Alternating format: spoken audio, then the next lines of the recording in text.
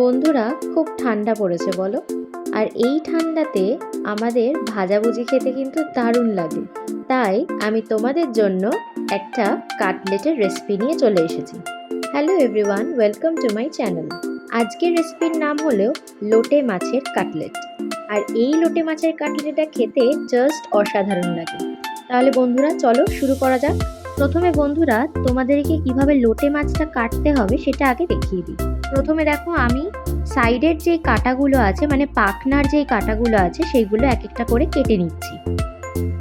আর বন্ধুরা, লোটে মাছের একটাই বড় কাঁটা থাকে মাঝখানে, তো ওইটা কাটার জন্য আমি সাইড থেকে একটু কেটে নিচ্ছি। কেটে নিয়ে আবারও সাইড থেকে দেখো আমি কেটে নিয়ে বড় কাঁটাটা, মাঝখানে যে একটা কাঁটা, ওটা ভালো করে কেটে আমি বাদ দিয়ে নেব।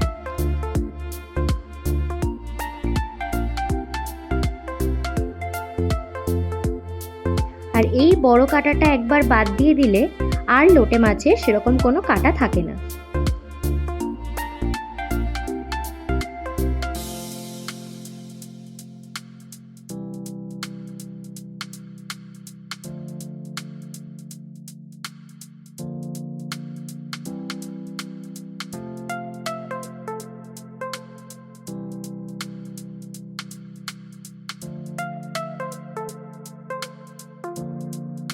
ব্যাস দেখো, মাঝখানে কাঁটাটা আমি বাদ দিয়ে দিয়েছি। দেখো, লোটে মাছটা এরকমভাবে আমি কেটে নিয়েছি।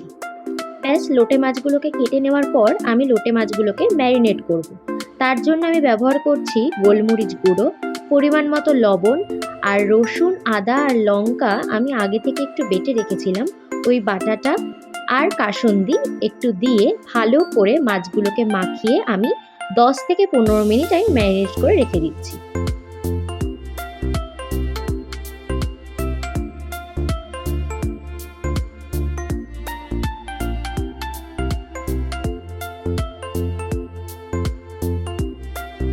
মাছটাকে ম্যারিনেট করে রাখার পর আমি কিছু শুকনো উপকরণ মিশিয়ে নেব।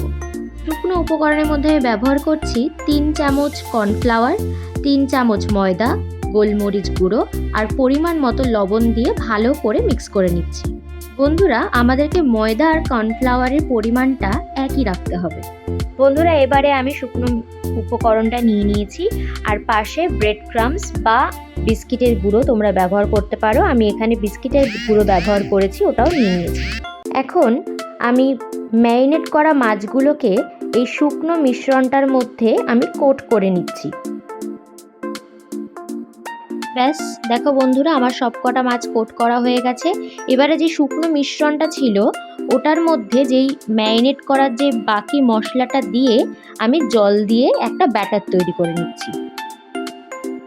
ব্যাস, এবারে ব্যাটারটা রেডি করার পর যে কোট করে রাখা মাছগুলো, ওগুলোকে ব্যাটারে ডুবিয়ে বিস্কিটের গুঁড়োতে কোট করে নিচ্ছি। বন্ধুরা, আমি এখানে ডবল কোটিং করছি, তোমরা চাইলে কিন্তু এখানে একবারও কোটিং করতে পারো।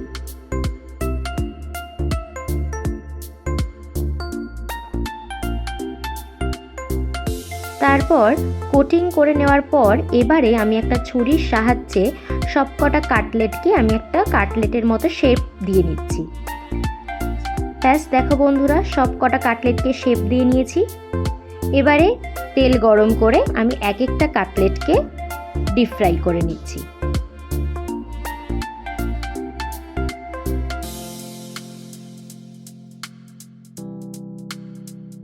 ব্যাস বন্ধুরা, কাটলেটগুলো ব্রাউন কালার হয়ে গেলেই আমাদের রেডি লোটে মাছের কাটলেট। তাহলে বন্ধুরা, এবার আমি সার্ভ করছি।